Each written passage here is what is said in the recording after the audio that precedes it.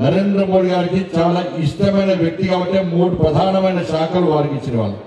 ఇవాళ మనందరి విషయాలు మన సమస్యలను నరేంద్ర మోడీ గారికి తీసుకుపోయి ఈ కరీంనగర్ కార్పొరేషన్ ఇంకా అందంగా తీర్చిదిద్దాలని చెప్పి ఒక ఆలోచనతోని వారు మనందరినీ ఆశీర్వదించడం రావడం జరిగింది.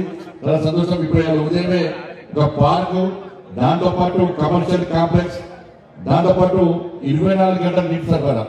మీకు తెలుగు రాష్ట్రాలు కాదు, ఈ సౌత్